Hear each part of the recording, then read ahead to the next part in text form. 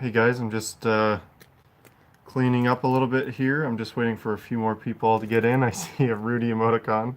That's awesome, Jeff. I'm gonna find the best spot to set up the camera so you can kind of see everything that's going on. Bear with me.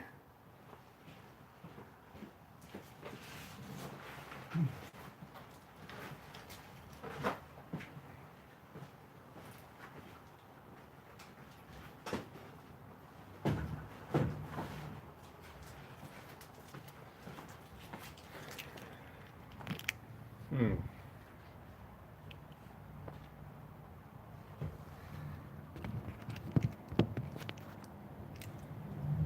That's a cool spot. Hey Marco, thanks for joining in, guys. There's only 17 members of the AstroBackyard members group right now, so this is going to be a pretty intimate stream with only a few people. But hopefully over time we get more guys to join in. But it's really incredible to have a select group of people that I can actually talk to about what's going on without putting it out to the public and just getting all the maniacs involved. Let's see. Sorry if you're getting dizzy here. That was the good spot. Okay, I'm just going to keep putting a few things away and then we'll get chatting. Marco, questions about guiding. First my try at guiding yesterday failed miserably. All right, man, post them up. I'll see what I can answer. Guiding is it's one of those things that like early on it seems so daunting and so frustrating, but once you get it, you don't even think about it anymore. A lot obviously has to do with your mount. Hey buddy, what are you doing? Okay.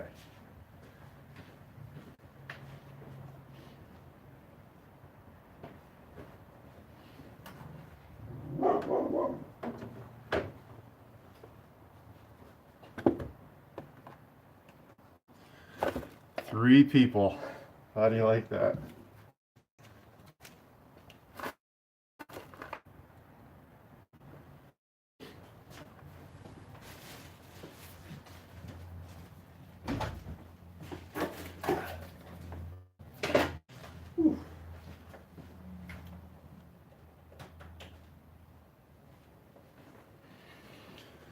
Okay, connected QHY5 and my telescope via Wi-Fi.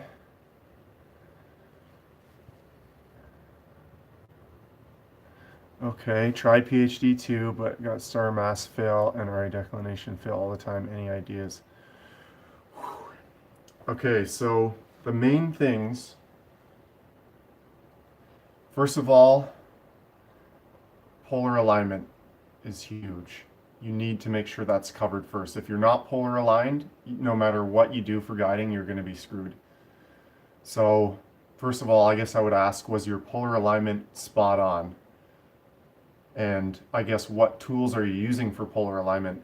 If you've seen what I do, I use the polar scope.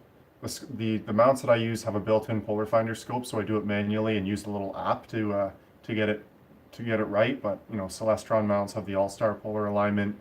QHY has the Polemaster. So first of all, were you polar aligned?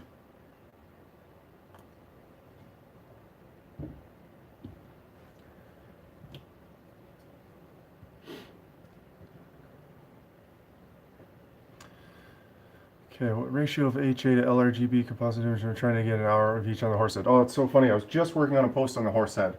Okay, so for that target, and like many emission nebula targets, you go way heavy on the HA. You can do, the ratio can be one off, like almost 10 to 1.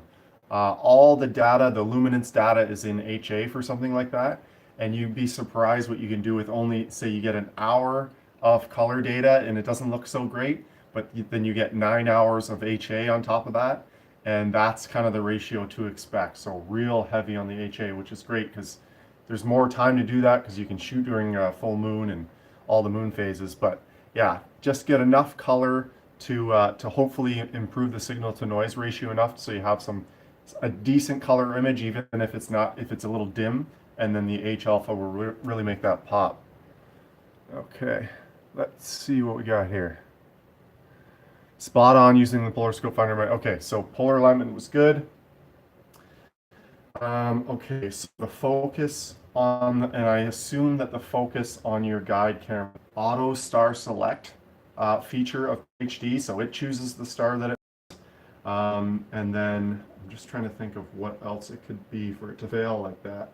And you did say which mount you were using on the EQ6 Pro. Okay, so you've got a good mount. I'm trying to think of what else it could be. The guide scope is, I would assume it's a small guide scope in the 200 to 300 millimeter range.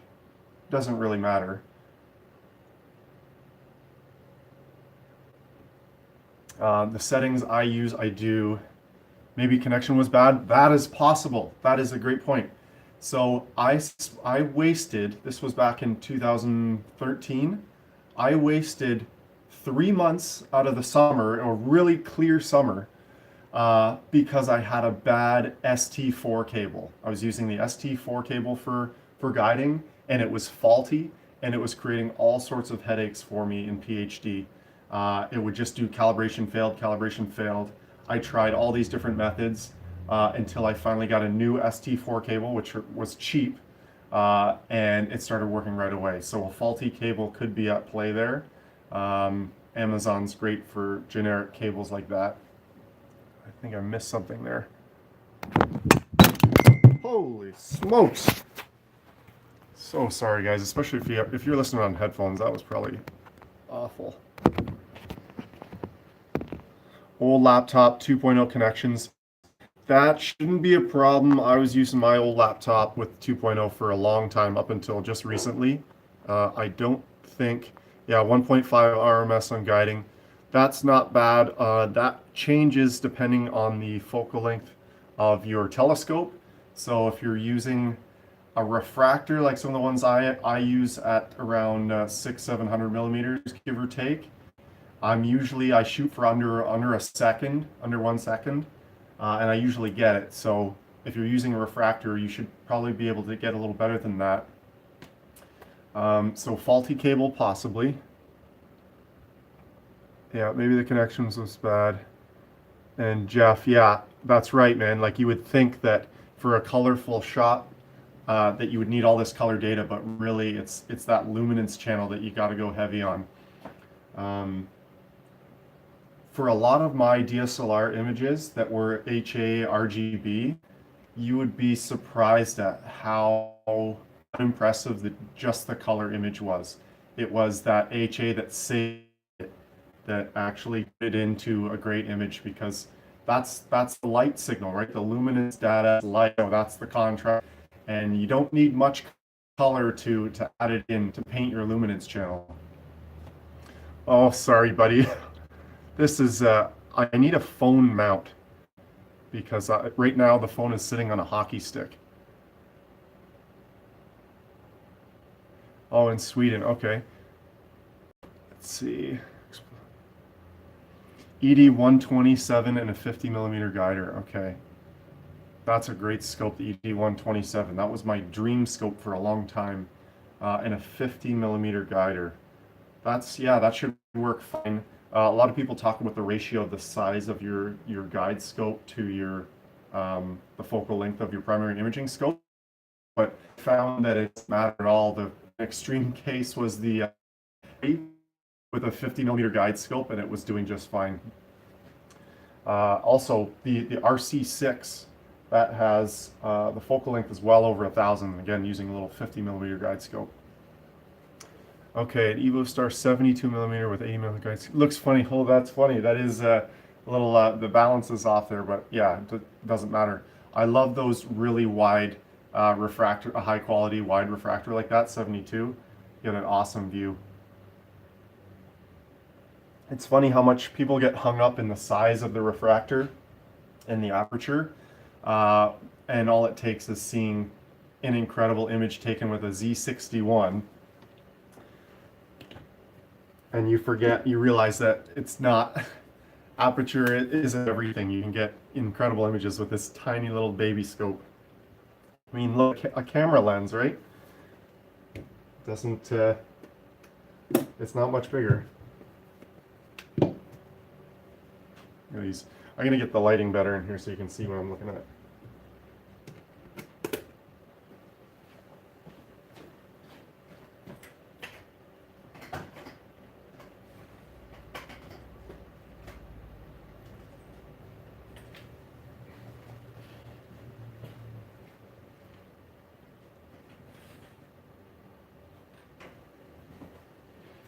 That's a little better. Okay. It's just the four of us, it looks like. Just outside New York City, battling light pollution. Okay. Very cool to hear. Inspiring focal reducer. Yeah, totally love the wide field. 600D. Yeah, a lot of people using the 600D. Yeah, T3i. Very cool.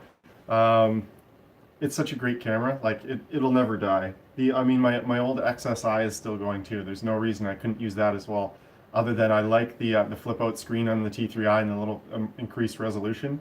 Such a great camera, so capable.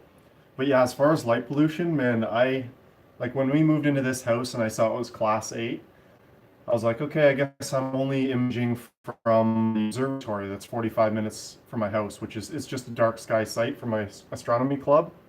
I believe it's class 5 or 6 there. It's nice. And I thought I'd only be imaging. I'll try imaging here, see what I can do. And it just kept getting better and better, and filters came along and narrow band, and all of a sudden I realized that, you know what, you can do anything, even if you're in class 8, class 9. It just takes more time. You're going to have to put in, 4 times the effort that someone under dark skies is. But it's more fun, right? It's in your backyard. But yeah, outside of NYC, I'm sure you've got it worse than I do.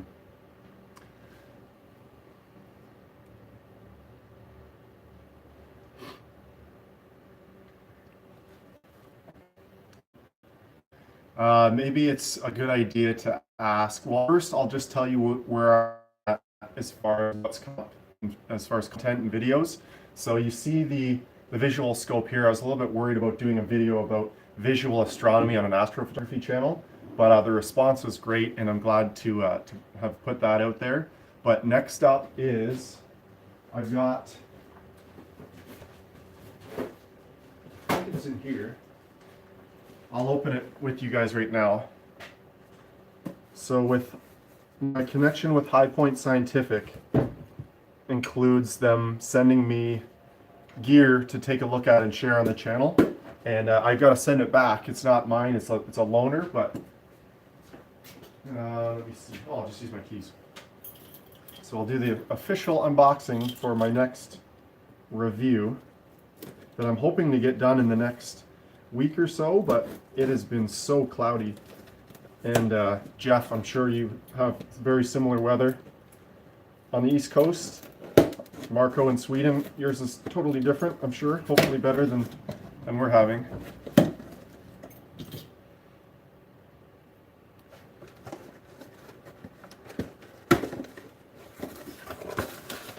Okay, here we go. The unboxing.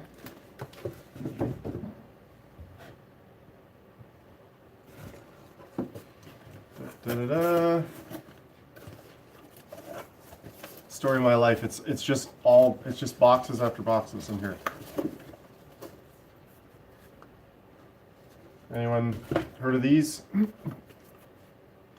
It's the ASI Air. So it's the camera control and telescope control system to simplify getting away from using a laptop and all those cables and using my phone to do auto guiding and take exposures and everything. So it's a very popular product, and I can't wait to use it. I'm desperately needing some clear skies to try it out. But I mean, look how small this thing is.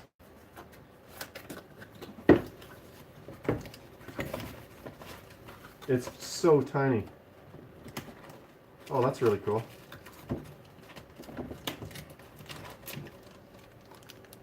Yeah. So that'll ride up with the scope, similar to the way that the Pocket Power Box did.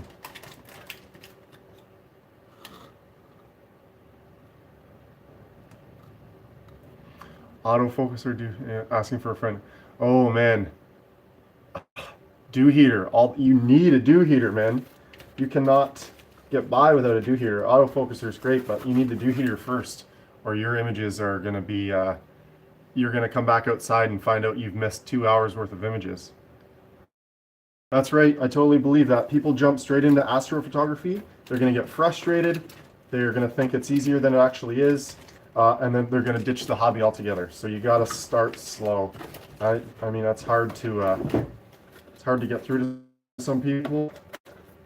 I think it's the right way.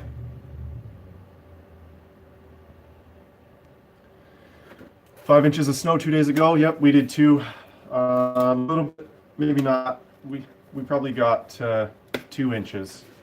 It's like it's like 0 degrees, 2 degrees, so it's kind of slushy, half rain, half snow. I can't believe it's already winter. Oh my goodness, Marco, you're class 1 Boral under heavy clouds. So when the clouds clear, that's incredible. That means, wow, that's like a dream. Marco, you are living in my dream. Class 1. That's crazy, man. I drive almost 4 hours for like class 2, class 3. How do I find my Bordeaux classes? Okay, this is a great question. Oh, I'm using my phone to record. So the app, it's called Clear Outside by FLO, First Light Optics. It's a free weather forecasting app, and you can use your GPS on your phone, and you do your current location, and it gives you the estimated sky quality reading and your Bordeaux class. Jeff, red zone. Yeah, I hear you, buddy. Yeah, that's another one too. Yep, the light pollution map. And make sure you use the most recent data because I think it defaults to like the 2015. It's more accurate to go to the latest data in 2018. White zones are worse than class 1 sky. Yeah, that's not fair, man. Not fair, but also enjoy that. That's congratulations. So speaking of the Bordeaux class, we're moving. The deal is pending. Our house is for sale right now. Actually, I have to leave at 11 o'clock. We have someone coming through our house to look at it. Not in here in the garage to see all my crazy telescopes, and then we're moving to the other end of town, which is a class 6. So I'll take it. 2 classes better than right now because it's closer to the Lake Ontario. So it opens up there. So I'll no longer be saying that I shoot in class 8 skies. It'll be class 6, so a little bit of an advantage there. Excited about that. Big backyard too, and a garage almost as big as this one. So that was when we were house hunting. We had to find a house. I mean, we had a big checklist, but it had to have a big garage because where am I going to put all this stuff? I mean, there's like, honestly, there's about 12 telescopes in here right now, and mounts. And actually, speaking of mounts, I'll give you the 3 of you a sneak peek at something really special. I don't know how it happened, but it still kind of blows me away. You see what that is? That's a CGXL. So it's the Celestron's flagship mega mount with a 75-pound payload. So that is for super-sized telescopes, and I believe I'll be using that, I'm hoping, before Christmas. So that's a High Point Scientific thing. It's just such a massive mount. I'm a little scared of it, but also excited. And as for my go-to mount right now, it's the NEQ6R, which I love.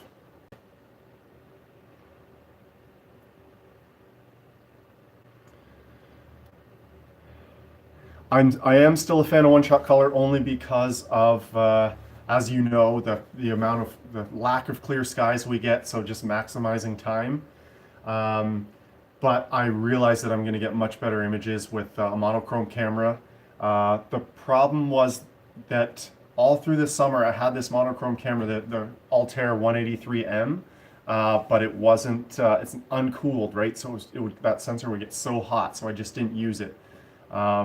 So I want to use that in the winter because it's colder, obviously, and I need a filter wheel. And not just any filter wheel, a big one with the big 2-inch 48mm filters, because that's what I've got. And I think Ontario Telescope is going to help me out with that coming up. So yeah, I'll be shooting monochrome soon. I think that's the way to go. Some good Danish beer. Good for you. I like your style, buddy. Just had pancakes. Yeah, I had some Vector cereal myself. How heavy is it? It is so heavy. I tested it, like, there's no way I could lift it with a scope or the counter it's attached. Just as is right now, it's just barely liftable without, you know, absolutely killing my back. I'll show you. It's so well made though, like it's a really impressive piece of machinery. So there's a handle on it. I don't know if you can see me, but oh, it's so heavy.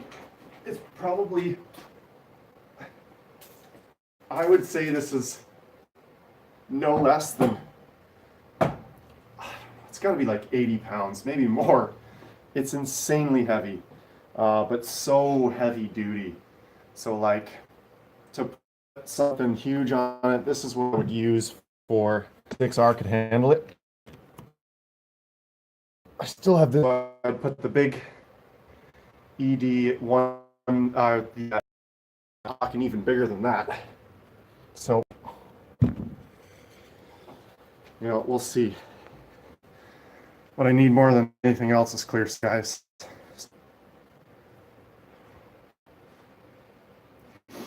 Oh, there's the third member. Okay. Probably an RA with periodic jump in the drive, but every 5 seconds. It comes and goes. It just might not be mechanical. Has this happened to you? Any ideas? Periodic jump in the drive every 5 seconds. Oh, man. I have no, I would say is, the obvious thing is to check balance. Is a huge balance issue where it's actually fighting against a totally, there may be something wrong with the mount or the cables. It's kind of troubleshooting one piece at a time. But the first thing I would check is if there's a cable snag or an issue with the balance. You'd be surprised. I've been doing this a long time and I'll still catch myself and I'll look and one of my cables is wrapped around something and it's just pulling. For a huge obvious error like that every 5 seconds, I would check for cable snags, balance, and then go through your cables to see if any of them are faulty, and then after that, maybe the mount. Less than an hour from you. Oh, very cool, Jeff. Yeah, so New Jersey. They're an awesome company. I've only been talking with them for 2 months, but they have the free lifetime technical support, which is like when I heard they did that, I was like, I don't even understand how you can offer that, but it's really impressive. It's a great peace of mind because everyone has lots of questions. Yeah, class 6. Sorry, getting behind in the chat. Can you imagine what it's going to be like if there's more than 3 people in the chat? How behind I'm going to get? Looks like a bird's nest.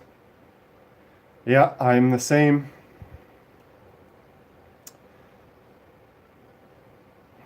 Oh, sorry about the video dropping in and out.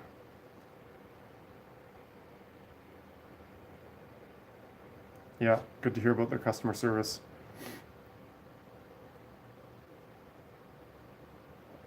Okay, I have got only maximum 5 minutes because we got to do a final sweep of the house and clean up and then get the heck out of here for the viewing. So let's hammer out some questions. And maybe I should, if I move the phone a little closer to our router,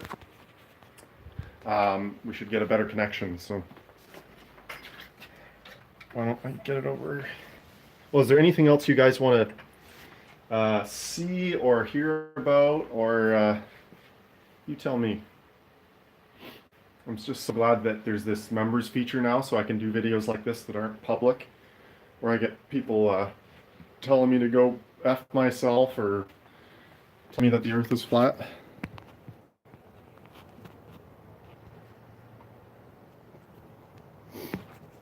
Don't use an extender. I think the balance could have been off. Yeah, that's best case scenario because that's easy to fix. I don't level them out every time I set up. That being said, I'm setting up on a concrete patio that's pretty level to start with, and I'm setting up in the same place. Leveling them out is important, but it's not critical. Polar alignment is critical, but the level isn't. So yeah, check the balance in both axes because balance can take a while to get it right.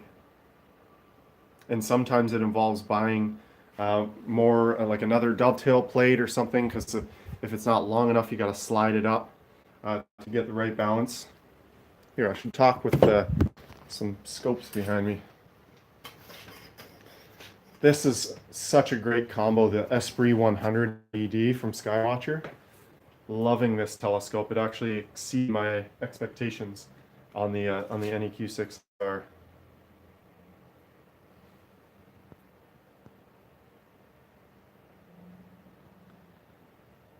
Yeah, leveling will make everything in your life easier, that's for sure. Plans for this group, future videos, any plans for merchandise, selection of targets? Oh, okay. Thank you, Jeff, for lots of great talking points there. Okay, so plans for this group, more stuff like this, more organized. This was kind of a test run. There's only 3 of us here. One exciting one, so I ran this by Ontario Telescope. He's going to offer exclusive deals on his products, like 10% off, 15% off for AstroBackyard group members. Kind of cool, but I mean, it doesn't work for everybody. He's based in Canada, so if you're ordering from High Point or something, it doesn't make sense. Merchandise, AstroBackyard t-shirts. So YouTube has this connection with Teespring, so I can at least have the option there for people that want AstroBackyard merchandise. I think it's kind of cool. I don't know if people will actually buy them or not, but yeah, I'll have AstroBackyard t-shirts and a few other things, maybe a coffee mug. And that's just kind of a for fun thing. Selection of targets. I wanted to do M33, the Triangulum, this month, but this whole November has passed me by with clouds. So now I'm thinking of hopping back onto the Horsehead Nebula because I'm looking at my previous attempts and I know I can do so much better now with better processing skills and better gear. So Horsehead Nebula in narrowband using the auto camera, that's what I've been kind of thinking about.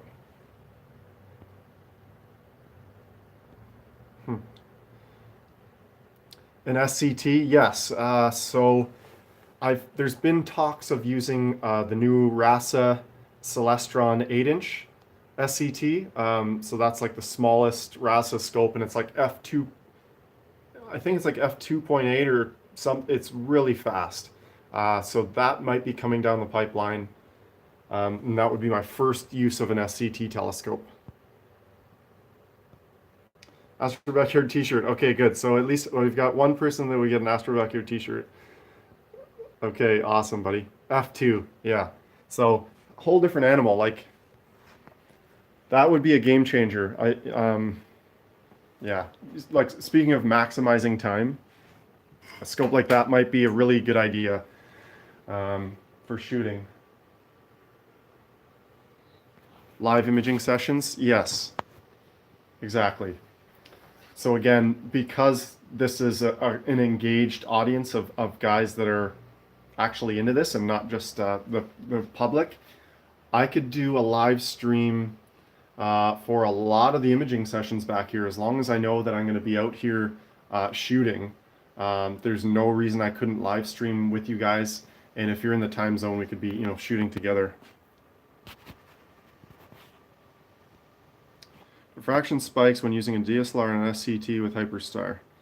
So the diffraction spikes are, I can't remember what they look like on an SCT. I know they're not like the way they do on a Newtonian. It's got that corrector plate in the middle.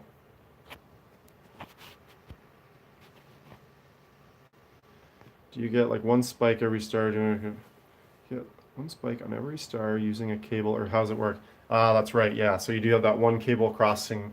Yeah, I would think it would be a single spike, but like I said, I'm not experienced in SCTs. I guess I'll find out. But yeah, I'd have to get over that. It just looks so odd seeing the camera on the front of the objective like that and having it, blocking where you're supposed to be collecting light.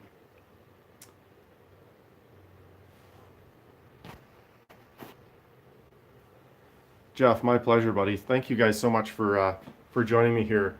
Um, so next time you can expect hopefully more people to be in here, more polished. To be honest, couldn't even figure out how to live stream just to the members only group. I had to do a few test videos first, so I've got it sorted out now. And yeah, thanks so much for joining me. We're already at 31 minutes, and I hope I gave you some answers to some of your questions. Uh, thanks, Jeff, for on the house hunt. Yeah, I can't.